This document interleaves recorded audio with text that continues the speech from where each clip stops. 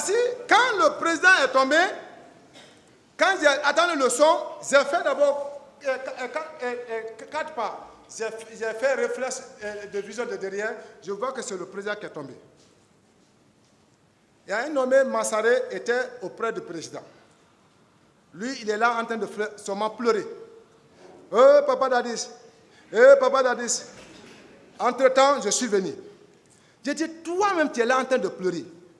Mais faites-nous quitter le président dans le lieu. Avant que vous voulez que tu es là en train de pleurer. Les personnes qui sont venues avec le président, personne n'a assisté au président. Nous qui nous disons que vraiment nous sommes les éléments de Toumba, et l'adhésion de Begré, ce sont nous qui sommes venus à l'assistance du président pour le faire dans le danger.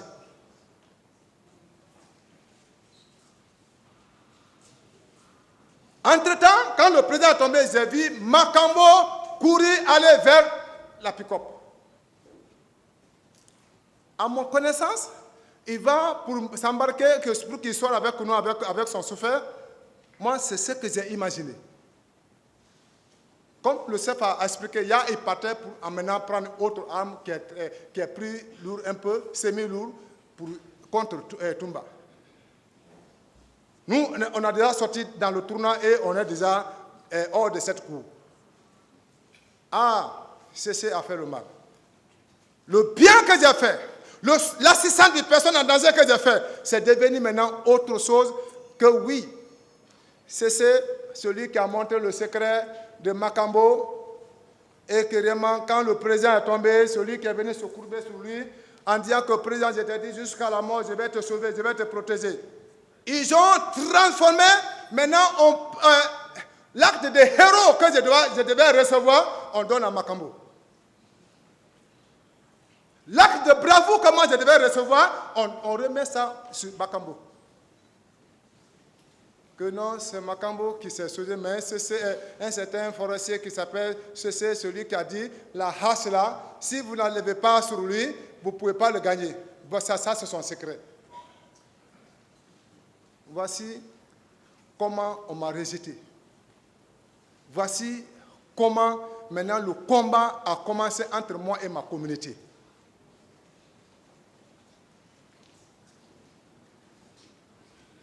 Nos papiers de libération peuvent venir, on rejette. Je ne sais pas pourquoi on rejette.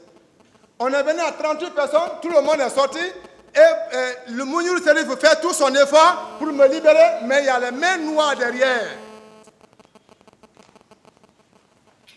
Mais je me sois maintenant, je dis, je me remets à Dieu, parce que Dieu même connaît en sincérité, et qu'au pouvoir, j'ai été sincère. Et au second, pour dire que je suis sincère avec Dadis, étant à la présence, je sais que si ma soeur n'avait pas confiance, il a appelé un féticheur. Il l'a envoyé dans son bureau. Il m'a appelé, il a appelé les éléments qui étaient dans le salon. On est monté. Il dit, il faut que tu me montres ta sincérité si vous n'avez pas trahi Dadis.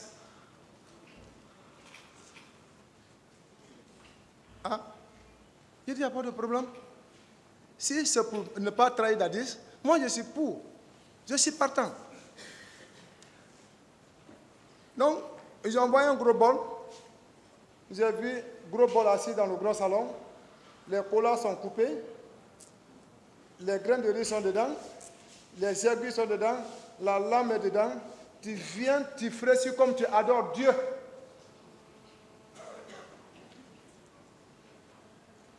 J'ai fait ça pour la sincérité de Dadis. Pour ne pas qu'on doute de moi que oui.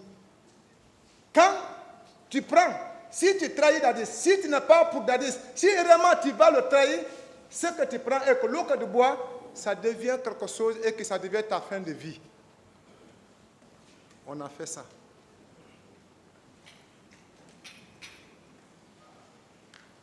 Et après, on va te tatouer, on met la lame dans ta main. Si tu n'es pas sincère, ce que tu dis, si ce n'est pas sincère, il faut manger la lame. Si tu n'es pas sincère, ça va créer quelque chose dans ton ventre. Et que tu manges, la lame devient comme arachide. On a fait ça pour montrer notre sincérité au président.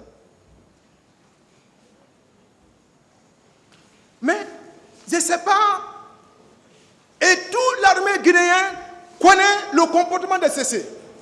Toute la génération connaît comment CC se comporte au sein des garnisons. C'est moi qui maîtrise certaines personnes, c'est moi qui les soulage. Ah oui, restez tranquille. Le président, il est préoccupé sur l'affaire de la nation. Mais donc, vraiment, s'il y avait besoin de quelque chose, remontez dans le bureau de Toumba. Pour montrer notre sincérité. Mais notre sincérité, notre confiance est rentrée dans l'eau.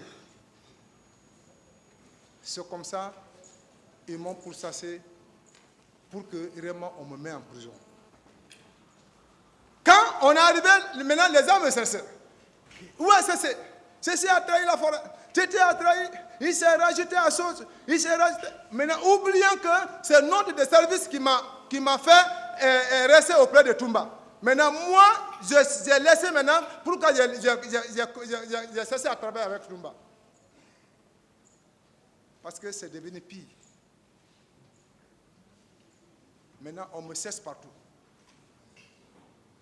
Ils étaient obligés de me casser. Pour le moment, pour que la tension soit calme.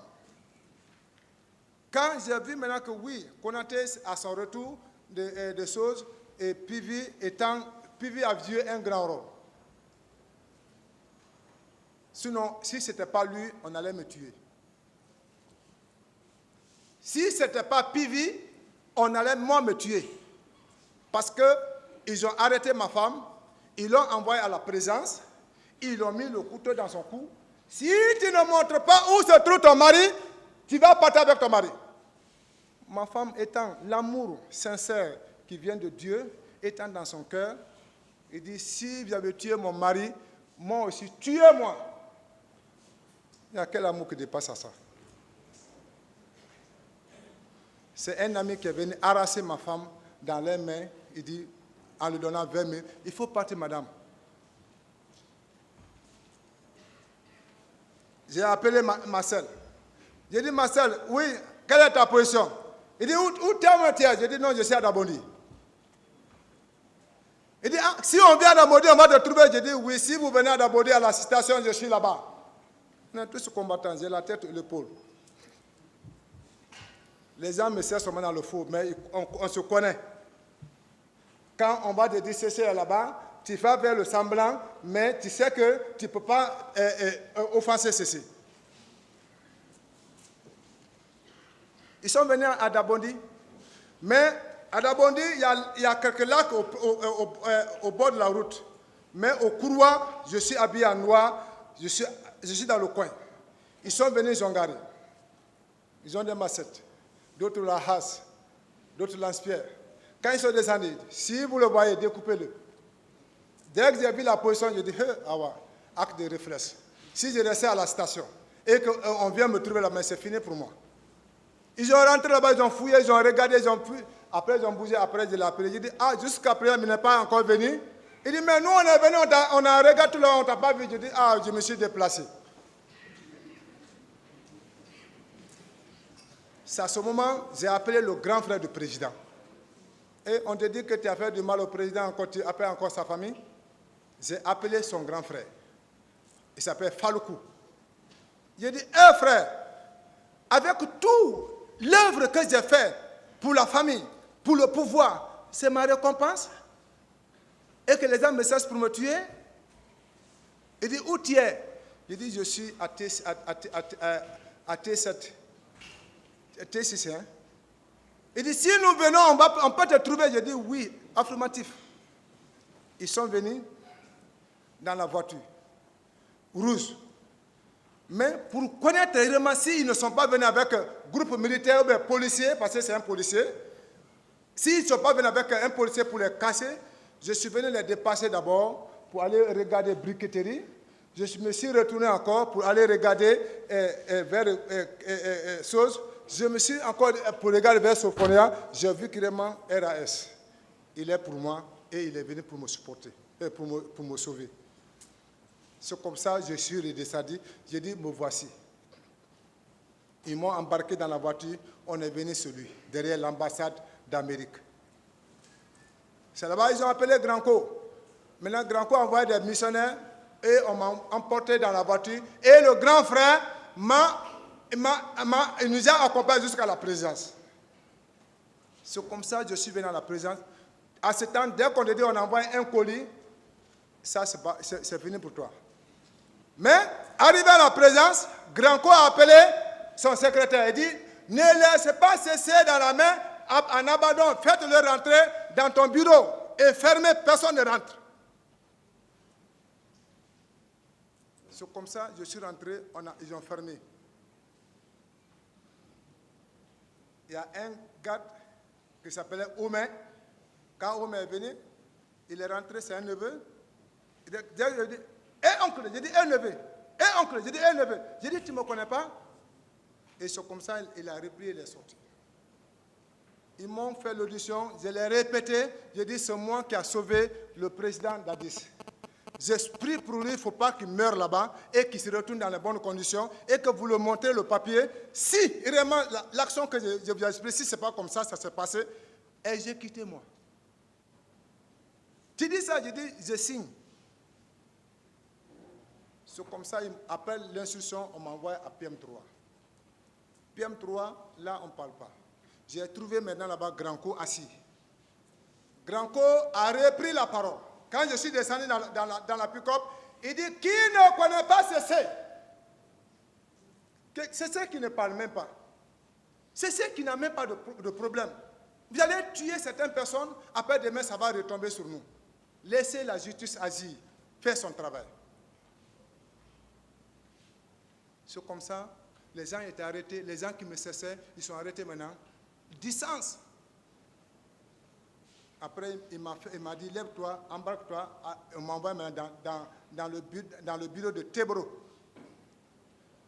C'est comme ça, là-bas, on m'a fait deuxième audition. Monsieur le Président, tout cela, je vous explique pour vous dire que comment j'ai souffert, comment je suis innocent. Mais comme j'ai dit, la prison n'est pas commencé à cesser la faire là-bas. Les prophètes ont fait la prison. Jésus-Christ a fait la prison. Jésus-Christ a été arrêté. Innocemment, il n'a rien fait. On dit oui, libérer Barabbas, le criminel, et condamner Jésus-Christ. Le juge a dit, mais l'homme qui est à ma face, je ne vois pas quelque chose qui peut le reprocher. Mais comme la population était nombreuse sur la cause criminelle de Jésus-Christ, parce que chacun sincère a dit Jésus-Christ est venu pour détruire notre pouvoir, le pouvoir qui est à lui, c'est pour venir nous détruire. Donc il faut que lui, qu'on le crucifie et qu'on libère le criminel. La prison n'a pas commencé sur moi. Nabi Souf a fait la prison. Et il a été vendu par tes propres frères. Et là, on l'a déporté, on l'a vendu en Égypte. Et voici, par la sagesse qui était à lui, et que Dieu étant avec lui, et vraiment, ils ont menti encore toujours sur lui, il est allé en prison. Et voici comment Nabi Souf est sorti triomphant, et il a commandé l'Égypte. Quand j'ai lu l'histoire de Nabi Souf, j'ai dit oui. Si j'ai choisi maintenant Jésus-Christ, et les prophètes ont passé en prison, est-ce que si moi aussi, je ne fais que porter ma croix? Parce que Jésus a dit, portez votre croix. Votre croix, c'est quoi? C'est la souffrance que vous allez subir. Donc, c'est le présent. Je suis fatigué de la prison. Je suis né d'une maman. Je suis né d'un père. Moi, je ne regarde pas 1000 personnes. Mais Jésus-Christ qui vit en moi, pendant 14 ans, je n'ai jamais dit un mot de tête. Pendant 14 ans, je n'ai jamais dit un mot de ventre. Sinon que je prie quand les gens sont malades. Je prie pour que les gens sortent en prison. C'est quand Dieu est avec toi et que tu es sincère. Mais je défends cela et que vraiment, au nom de Jésus,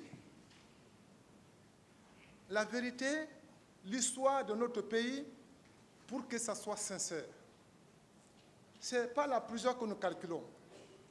vous qui êtes en face de nous, nous tous, nous serons tous demain jugés. Ce n'est pas le tribunal que nous calculons.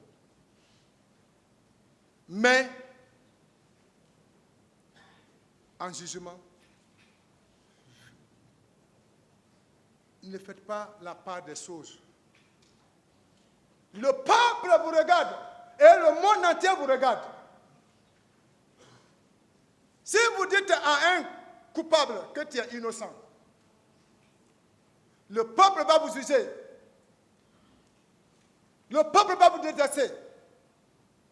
De grâce, si un juge condamne un coupable, il sera apprécié par son peuple. Et celui qui dit la vérité, il cesse l'amitié de la justice.